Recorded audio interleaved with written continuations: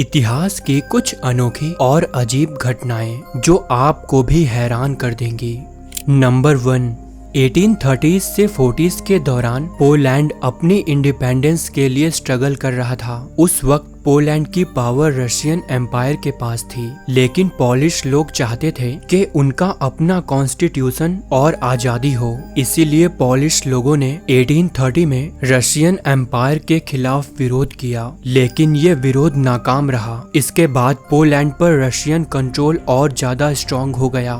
सबसे अजीब बात ये थी कि विरोध के बाद पोलैंड के बहुत सारे पोएट्स, आर्टिस्ट और मिलिट्री लीडर्स अपना देश छोड़कर वेस्टर्न यूरोप चले गए। इस मास माइग्रेशन को हिस्ट्री में द ग्रेट एमिग्रेशन ऑफ 1843 कहा गया। ये लोग ज्यादातर फ्रांस के पेरिस में सेटल हुए। वहाँ पॉलिश रेफ्यूजीज ने अपनी पॉलिटिकल कम्युनिटीज बनाई और अपने देश के आजादी के लिए यूरोप भर में सपोर्ट ढूंढने लगे। हैरान करने वाली बात यह है कि इस एमिग्रेशन ने पोलैंड के कल्चर को पूरे यूरोप में फैला दिया। राइटर्स जैसे एडम मिकेविच और लीडर्स जैसे जोसेफ बैम कहीं और रहते हुए भी पोलैंड की फ्रीडम की आवाज उठाते रहे, लेकिन इसके नेगेटिव इफेक्ट्स भी थे। पोलैंड के एजुकेटेड और टैलेंटेड लोग बाहर चले गए, जिससे देश और वीक हो गया। इसीलिए हिस्टोरियंस कहते हैं कि द ग्रेट एमिग्रेशन एक तरफ से पोलैंड के लिए लॉस था, पर दूसरी तरफ से ये लोग यूरोप में पॉलिश कल्चर को जिंदा रखने वाले भी बन गए। नंबर 2, 1915 में वर्ल्ड वॉर 1 के दौरान गलीपोली कैंपेन चल रहा था। इसमें ब्रिटिश आर्मी का एक हिस्सा नॉरफॉक रेजिमेंट भी था, जिसमें सैंड्रिघम कंपनी के लगभग 267 सोल्जर्स शामिल थे। 12 अगस्त को उन्हें तुर्किश फोर्स के खिलाफ जंगल के एक हिस्से में आगे बढ़ने का ऑर्डर मिला, लेकिन जब वो सोल्जर्स मार्च करते हुए आगे गए तभी वहाँ एक अजीब घटना हुई। कुछ न्यूजीलैंड के सोल्जर्स ने क्लेम किया कि उस एरिया में एक घना धुंध जैसा क्लाउड बना हुआ था, पर अजीब बात यह थी कि जैसे ही नॉरफॉक रेजिमेंट के सोल्जर्स उस क्लाउड के अंदर घुसे, वो धीरे धीरे उसमें गायब हो गए और फिर कभी वापस नहीं निकले। आई विटनेसेस के मुताबिक जब धुंध हट गई तब बैटलफील्ड बिल्कुल खाली था, ना कोई आवाज ना कोई निशान। ऐसा लग रहा था जैसे जमीन ने उन्हें निगल लिया हो। वॉर के खत्म होने के बाद भी उनका कोई पता नहीं चला। यहाँ से ही ये कहानी एक बड़ी मिस्ट्री बन गई। कुछ लोग कहते हैं कि उन्हें तुर्किश आर्मी ने मार दिया और बॉडी छुपा दी गई, लेकिन अजीब बात यह है कि आई विटनेसेस अपने स्टेटमेंट पर अड़े रहे कि सोल्जर्स लिटरली एक क्लाउड में घुस गए और गायब हो गए। आज भी इस घटना को the वैनिसिंग of the Norfolk regiment के नाम से जाना जाता है।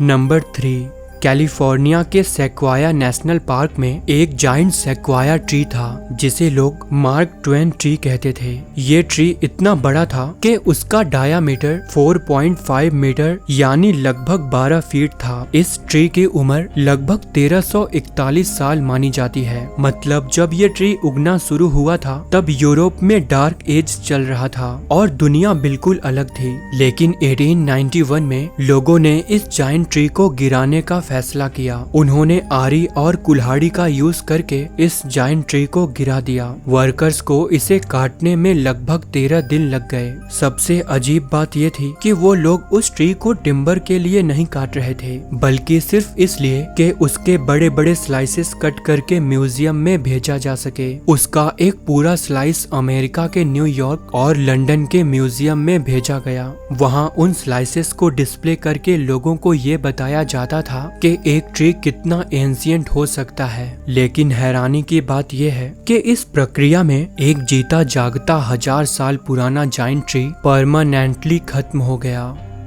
नंबर 4, 16th सेंचुरी में यूरोप में चर्च काफी पावरफुल थे। उस समय चर्च का हर विचार पर नियंत्रण होता था। उनका मानना था कि पृथ्वी ही ब्रह्मांड का केंद्र है और बाकी सूरज चांद तारे हमारे चारों ओर घूमते हैं। इसी दौरान एक इटालियन फिलोसोफर और थिंकर जियोर्दानो ब्रूनो अजीब और बोल्ड आइडियाज वाले इंसान थे। वो कहते थे कि यूनिवर्स इन्फानाइट है और हमारा अर्थ सिर्फ एक छोटा सा प्लेनेट है। सबसे हैरान करने वाली बात ये थी कि वो ये भी मानते थे कि सिर्फ हम ही नहीं बल्कि और भी दुनियाएं हो सकती हैं जहां लाइफ एग्जिस्ट करती हो। आज के टाइम में ये एक नॉर्मल बात लगती है, लेकिन उस वक्त ये सोच चर्च के खिलाफ जाने जैसा था। ब्रूनो ओपनली अपने आइडियाज को शेयर करते रहे। उन्होंने कहा कि यूनिवर्स एक ही सेंटर पर बेस्ड नहीं है बल्कि स्टार्स भी अपने अपने सन्स हैं। ऐसा लग रहा था जैसे वो अपने वक्त से कई सेंचुरीज आगे चल रहे थे, लेकिन चर्च ने उनकी सोच को खतरनाक और धर्म के खिलाफ माना। इसी वजह से उन्हें अरेस्ट किया गया और उन पर ट्रायल्स चलाए गए। उन्हें अपने विचार से पलटने का मौका भी दिया गया, लेकिन ब्रूनो ने अपने वर्ड्स वापस लेने से इनकार कर दिया। आखिरकार 7 साल की कैद के बाद 1600s में रोम के कैंपो द फ्यूरी स्क्वायर में उन्हें जिंदा जला दिया गया। लोग कहते हैं कि जब उन्हें स्टेक पर ले जाया जा रहा था तब भी उनकी आंखों में डर नहीं था। वो अपने आइडियाज के लिए अपनी जान गंवा बैठे, लेकिन उन्हीं के आइडियाज ने आगे चलकर साइंस और एस्ट्रोनॉमी को नए रास्ते दिए।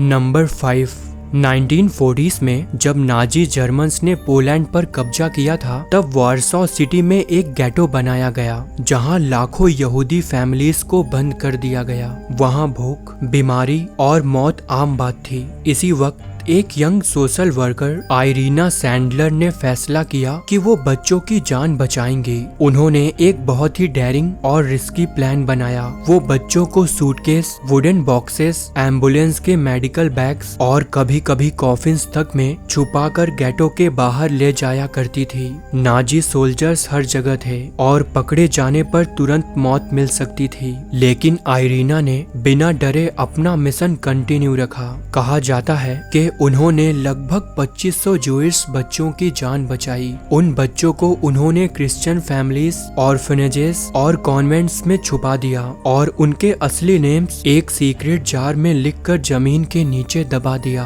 ताकि वॉर के बाद उनके पेरेंट्स या रिलेटिव्स उन्हें ढूंढ सकें। लेकिन 1943 में नाजीस ने आयरीना को पकड़ लिया। उन्हें टॉर्चर किया गया और उनके दोनों पैर तोड़ दिए गए, लेकिन उन्होंने कभी भी बच्चों के नेम्स रिवील नहीं किए। उनके साथी फ्रीडम फाइटर्स ने रिश्वत देकर उन्हें मौत से बचा लिया। वॉर के बाद आयरीना ने वो सीक्रेट लिस्ट निकाली और बचे बच्चों को उनके असली परिवार या रिलेटिव्स से मिलाने की कोशिश की।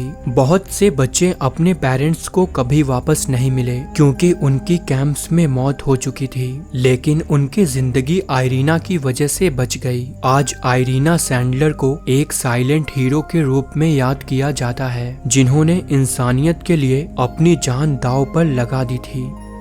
नंबर 6, 1933 में लंदन के एक अंडरग्राउंड कंस्ट्रक्शन प्रोजेक्ट के दौरान इंजीनियर्स को एक पुराना ट्रेन का पूरा सेट अंडरग्राउंड दबा हुआ मिला। सबसे अजीब बात ये थी कि वो ट्रेन कोई ऑफिशियल रिकॉर्ड्स में नहीं थी, मतलब ना उसके बनने का डेट था और ना ही उसके चलने का। वर्कर्स के मुताबिक जब उन्होंने डिग किया तो उन्हें एक सील्ड टनल मिला जिसमें एक पूरी की पूरी ट्रेन खड़ी थी। ट्रेन के अंदर पुराने जमाने के फिटिंग और सीट्स थे, लेकिन अंदर कोई पैसेंजर नहीं था। हैरानी की बात ये थी कि ट्रेन इतनी गहराई में थी जैसे उसे जानबूझकर छुपाया गया हो। कुछ थ्योरीज कहती हैं कि शायद ये एक एक्सपेरिमेंटल प्रोटोटाइप ट्रेन थी जो 1800s के एंड या 1900s के स्टार्टिंग में बनाई गई थी और टेस्ट के दौरान किसी एक्सीडेंट में फंस गई। कुछ लोगों का मानना है कि शायद एक पूरी ट्रेन पैसेंजर्स के साथ टनल कोलैप्स में दब गई थी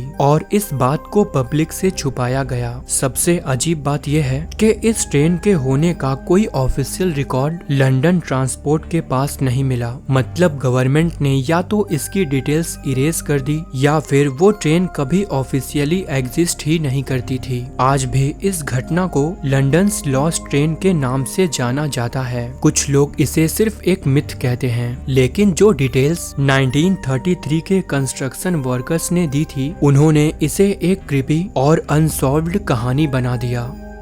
नंबर 7, म्यांमार और थाईलैंड के कुछ हिस्सों में एक यूनिक ट्राइब रहता है जिसे कायन या पडोंग ट्राइब कहा जाता है। इस ट्राइब की औरतें दुनिया भर में अपनी एक्स्ट्रा ऑर्डिनरी लॉन्ग नेक के लिए मशहूर हैं। लगभग 5 साल की उम्र में इन लड़कियों के गले में ब्रास के रिंग्स पहना दिए जाते हैं। जैसे जैसे उनकी उम्र बढ़ती है नए रिंग्स ऐड होते जाते हैं और धीरे धीरे उनका गला लंबा दिखने लगता है। सबसे अजीब बात यह है कि असली में उनकी गर्दन लंबी नहीं होती बल्कि रिंग्स के प्रेशर से कॉलर बोन्स और रिब्स नीचे दब जाती हैं, जिससे लगता है कि गर्दन अनयूजुअल तरीके से लंबी हो गई हो। कुछ हिस्टोरियंस कहते हैं कि ये ब्यूटी का सिंबल है, जहां लॉन्ग नेक को खूबसूरती और एलिगेंस की निशानी माना जाता है। कुछ थ्योरीज कहती हैं कि पहले ये एक तरह का प्रोटेक्शन रिचुअल था ताकि औरतें स्लीव ट्रेडर्स के लिए अनअट्रैक्टिव लगें और वो उन्हें उठाकर ना ले जाएं। सबसे अजीब बात यह है कि जब ये औरतें अपने रिंग्स उतार देती हैं तो उनकी गर्दन इतनी वीक लगती है कि सीधा खड़े रहना भी मुश्किल हो जाता है। लेकिन ये एक रेयर प्रैक्टिस है। ज्यादातर औरतें जिंदगी भर रिंग्स पहने रखती हैं। आज के टाइम में कायान वुमेन एक कल्चरल आइडेंटिटी बन चुकी हैं।